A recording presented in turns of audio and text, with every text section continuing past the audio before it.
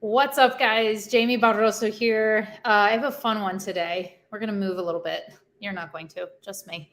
Um, I'm Jamie. I run Strength by Jamie Barroso, where, as you know, we design custom training programs for our clients and nutritional protocols to make sure that they can get strong, achieve food freedom, and improve their health. One of the coolest things that we do that honestly I don't see many other people in this space doing is form checks. And when I say form checks, I mean like we're really good at it. So we're not just mediocre. We're literally some of the best that I've seen out there. Every single one of our clients leaves this program with perfect form on deadlifts, squats, presses, rows. We take this very seriously.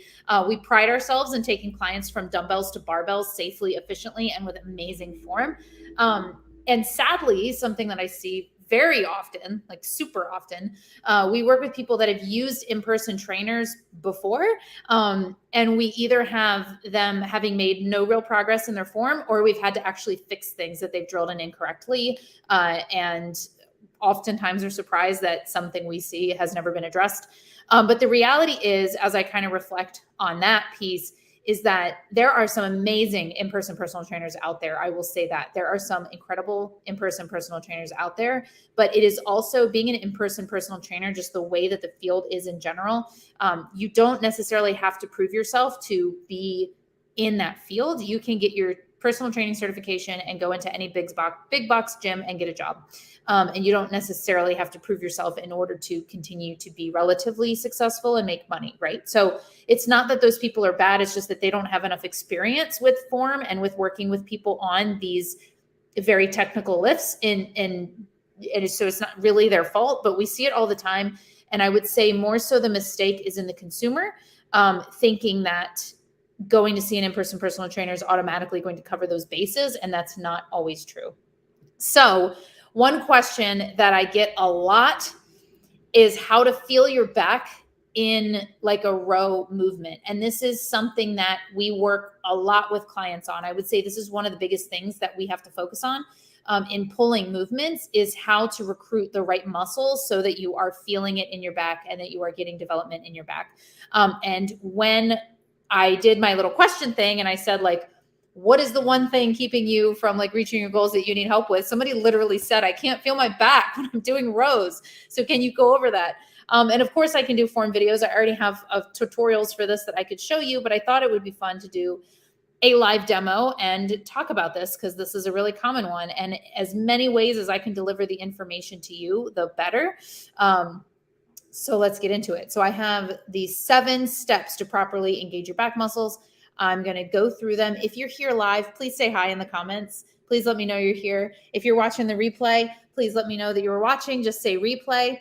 And I'm going to go through the 7 steps to properly engage your back. If you have any questions at all throughout the entire process, if you have questions about other exercises that I can help answer, please pop them in the chat and I will get to that in a sec. So I'm going to back up now. I'm going to go to my bench and you're just going to be here with me while we do this. All right.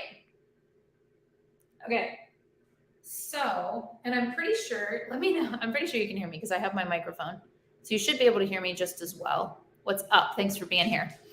You should be able to hear me just as well. So I'm going to go through some exercises. I'm going to go through a single arm row essentially, and I'm going to talk about all of the things that you should remember when doing a row. Some of them are mistakes people make. Some of them are, I need to grab my dumbbell. Some of them are things you just need to remember. But we're going to go through all of these together. Okay, so they're not necessarily in order of importance, but the last one is the most important. I will say that the last one's the most important. So stick through to number 7. Number 1 is don't shrug. So this is a problem I see. So I want you to remember before I go into this, there's 2 ways that you can pull. You can pull horizontally like this, or you can pull vertically, right? So we're thinking a pull up or a pull down, and then pulling vertically is like a barbell row horizontally, a barbell row or a single arm row or whatever. A lot of these tips are going to be the same dependent on like for both. They're going to translate for both, and some might be a little bit different. I'm going to model single arm row right now, but this also is true for a dumbbell row or a barbell row, and a lot of times it's going to be true in a pull down as well. So things to remember. Okay, so the very first one is not to shrug. And this is something I see in pull-ups when people shrug a lot, and something I see in a row. of any kind, where people kind of shrug their shoulder to their ear. And what the reasons happens is because once the weight starts to get heavy, your body recruits your traps and it recruits your biceps a lot more. And so that's just what you kind of naturally do, because those muscles feel a little stronger than the ones that are a little bit smaller that you want to recruit, plus your pulling angle, which I'll talk about in a second as well. But you really want to make sure your shoulder stays away from your ears. And when you start to feel it wanting to shrug up, you have to really consciously make sure that it stays down, okay? So the very first one is don't shrug. The second one is not to squeeze the barbell or the dumbbell or whatever it is you're holding. Don't squeeze it, okay? And this goes in with number 3 as well. So when we squeeze it, like you're actually squeezing it with your hands, you're recruiting a lot more of your bicep when you do that naturally. And again, we want to squeeze it because we're holding on to it, and mentally we're working really hard, so we're like squeezing the thing, right? But when you squeeze it, you recruit more of that bicep, and we don't want to do that. We want to encourage the bicep's gonna plug in naturally. The bicep wants to take over the movement. It's already used to doing stuff. It's the back muscles that we don't activate as much that are harder to activate, and that's what we're trying to get to wake up, right? So you don't want to squeeze the dumbbell. And going into number 3 this is a cue for you. You actually want to imagine that your hand is just, so that's going to help you leave it like way more relaxed. So if you imagine that your hand is just a hook holding this dumbbell and your elbow is the one doing the work, instead of squeezing the thing and thinking of pulling it with your hand is just a hook and your elbow is doing the pulling. Okay, so that's an important tip that I want you to remember as well. Number 4 is to try to maintain close to a 90-degree angle. So a lot of times when people are doing a row, they're kind of scrunching their arm like this. And again, this is almost just like a very awkwardly positioned bicep curl rather than a row. So really I'm just bicep curling right now, but you want to maintain a little bit more of like a 90-degree angle. It's not going to be perfect, right? It's not going to be perfect 90-degree angle. But if you kind of imagine that 90-degree angle, then that's going to get you a lot better positioning, okay? The 5th tip goes along with the 90-degree angle, and it is the idea of pulling towards somewhere between your belly button and the bottom of your rib cage is ideal pulling. Now, this depends on somebody's anatomy, where it's going to feel more comfortable. Some people I know like to even instruct you to pull to your hip. I'm not a big hip puller. It can engage more of like your lats. But I would say at minimum, you want to pull to your belly button. And if you're doing a barbell row, it might even be a little bit closer to your bottom of your rib cage. But as long as it's somewhere in this zone, the mistake a lot of people make is not only are they doing an acute angle here, but they're pulling to their chest. You see how this dumbbell's ending at my chest? You want it to be, your hand to be about at your belly button and bottom of the rib cage at the lowest point. Okay, so keep that in mind, belly button, bottom of rib cage. The 6th tip is to squeeze your back like you are trying to catch a penny in your spine. So this can be something that I want you to practice without any weight, actually. So if you can get into that position and fly your elbows back and imagine somebody's dropping a penny from the sky and you want to catch it, try to imagine that what that would look or feel like. And that's going to help engage some of those middle muscles, okay? And then the 7th tip, which is my favorite and the most important one in all of this, is to retract your scapula. Scapula is your shoulder blade back here. And this is, somebody might get everything right. They've got the 90-degree angle. They've got, they're pulling to the right spot. But if you'll notice right now, my shoulder is very forward. Look at the difference between this and this. Do you see that difference? That is just in my scapula.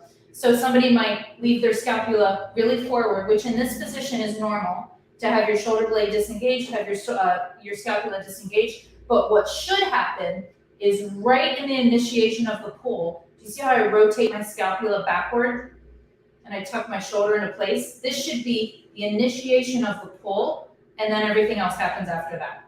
But a lot of times what happens is people leave that scapula unhinged, very relaxed, and they pull with their elbow and the shoulder stays forward. Do you see this? So it's forward right now versus here.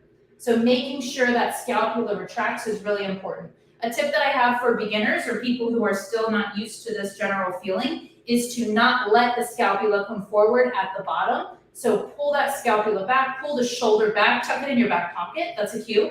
Bring your shoulder up and around and tuck it in your back pocket, and then just leave it there. Don't even let it come out of that position. And then as you get a little further along in this movement, you can let it come out of position and retract it back. And soon it will become second nature. So it's second nature for me to retract that scapula back.